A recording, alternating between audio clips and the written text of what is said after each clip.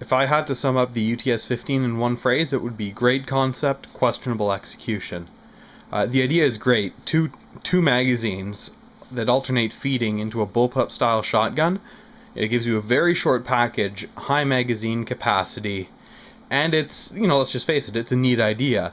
Of course, the UTS 15, there have been lots of bad reviews out on the internet about it. My experience was quite positive. I found it to be reliable for the most part. It handles well, it's relatively lightweight. It's overall a good shotgun. There are some issues. I don't really like the placement of the slide release. It's right there. Not the greatest placement. It's kind of hard to access, especially with gloves on. And I had a few minor malfunctions, failure to extract and eject sort of things.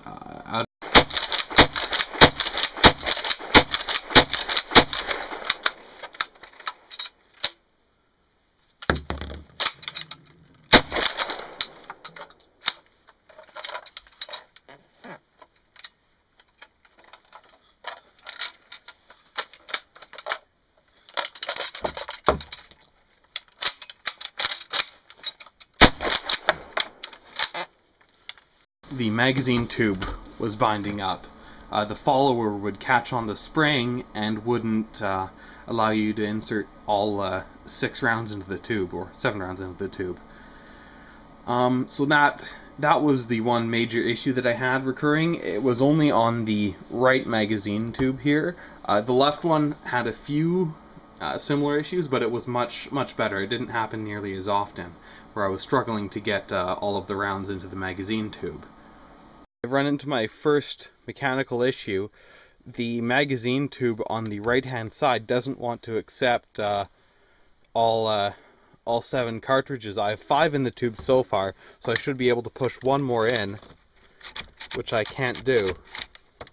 And then with the last one, you just let it sit there, close it, and the last round just goes into the receiver. You can see right there are only 6 in total when there should be 7. Other than that, it works quite well.